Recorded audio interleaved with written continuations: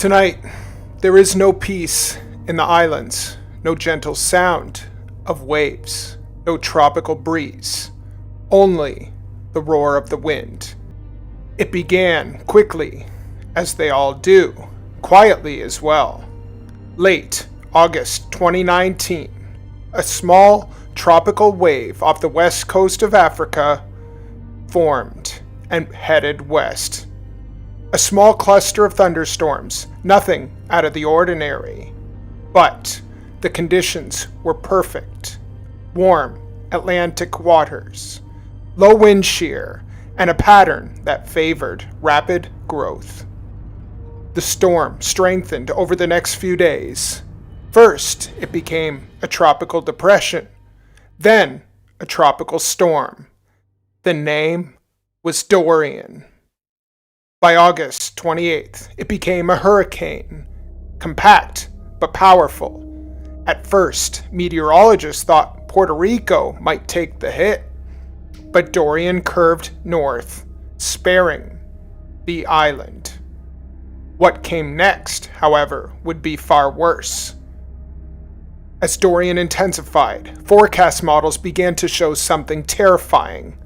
The storm wasn't just heading west, it was slowing down, and its track placed it directly over the Bahamas, then potentially toward the Florida coastline.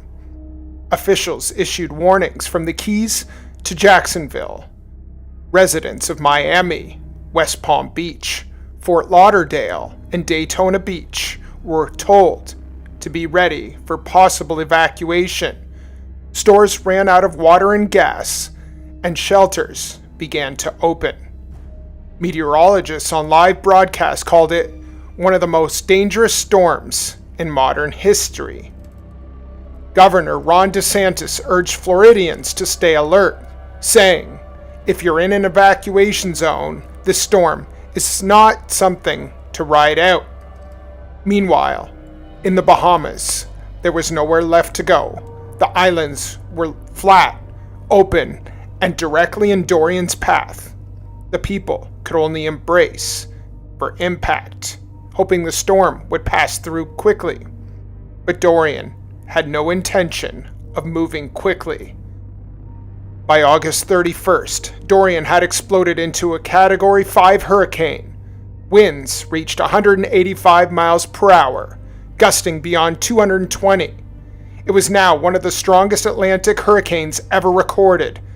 The eye was perfectly defined, a circular void surrounded by violent, spiraling destruction. As it approached the northern Bahamas, the world watched in disbelief. Satellite images showed a storm so intense that even the ocean beneath it seemed scarred.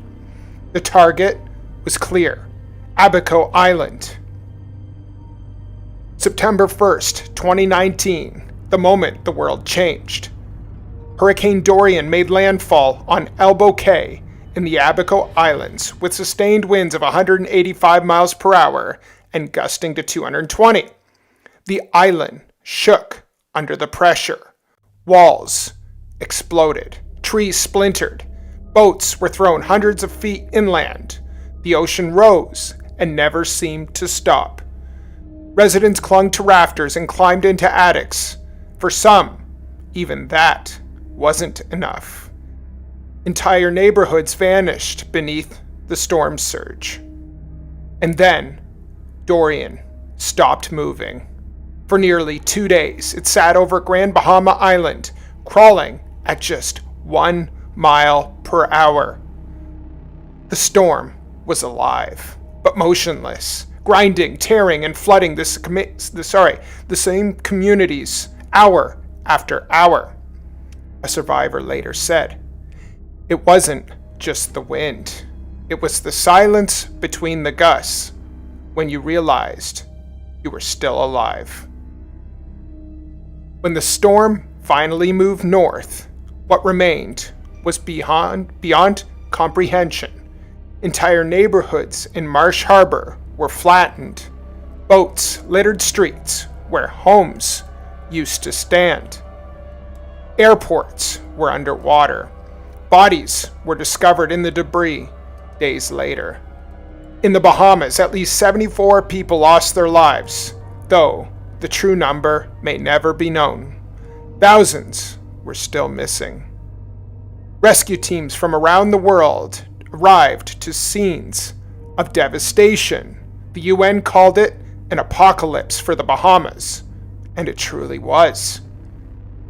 As Dorian drifted north, it brushed the Florida coast, sparing it from a direct hit, but still bringing heavy rain, coastal flooding, and tons of tornadoes. It continued up the southeast U.S., lashing the Carolinas, where powerful storm surge and wind caused widespread flooding.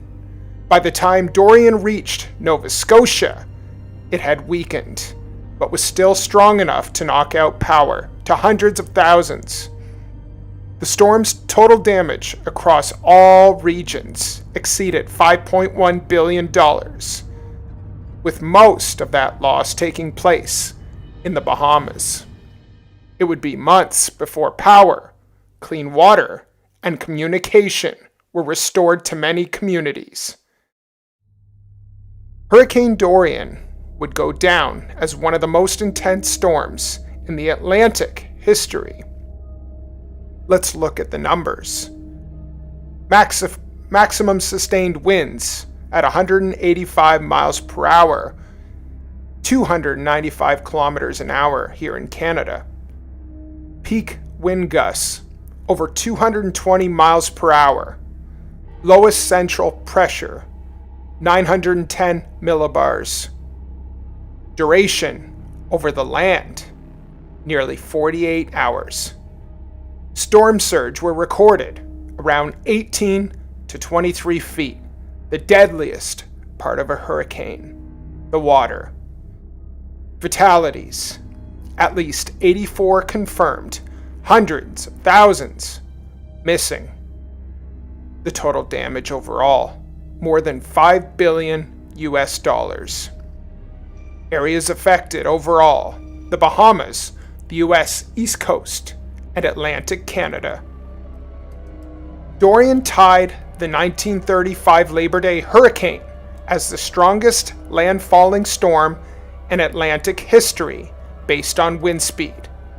It was a storm that defied logic, a wall of destruction that refused to move.